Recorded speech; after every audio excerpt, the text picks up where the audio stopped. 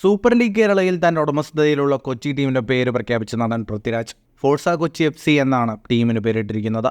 തന്റെ ഫേസ്ബുക്ക് പേജിലൂടെയാണ് പ്രഖ്യാപനം. പല നാടുകളിലെ ലോകോത്തര പ്രതിഭകളെയും കൊച്ചിയുടെ സ്വന്തം ആവേശം നിറഞ്ഞ ആരാധകരെയും ഒന്നിപ്പിക്കാനും പുത്തൻ ചരിത്രം തുടങ്ങാനും കാൽപന്തിന്റെ ലോകത്തേക്ക് ഞങ്ങൾ കളത്തിലിറങ്ങുകയാണെന്ന് പൃഥ്വിരാജ് കുറിച്ചു. ഒരു പുതിയ അധ്യായം കുറിക്കാൻ ഫോഴ്സ കൊച്ചി കാൽപന്തിന്റെ ലോകത്തിലേക്ക് വിജയം നേടാൻ ഞങ്ങൾ കളത്തിലിറങ്ങുകയാണ്. പല നാടുകളിലെ ലോകോത്തര പ്രതിഭകളെയും കൊച്ചിയുടെ സ്വന്തം ആവേശം നിറഞ്ഞ ആരാധകരെയും ഒന്നിപ്പിക്കാൻ ഒരു പുത്തൻ ചരിത്രം തുടങ്ങാൻ എന്നിങ്ങനെയാണ് പേര് പ്രഖ്യാപിച്ചുകൊണ്ട് പൃഥ്വിരാജ് ഫേസ്ബുക്കിൽ കുറിച്ചത്. പൃഥ്വിരാജും ഭാര്യ സുപ്രിയയും ഓഹരിയുടമകളായ ടീമിന് നല്ല പേര് നിർദ്ദേശിക്കാൻ ആവശ്യപ്പെട്ട് നേരത്തെ സമൂഹമാധ്യമത്തിൽ പോസ്റ്റ് പങ്കുവച്ചിരുന്നു.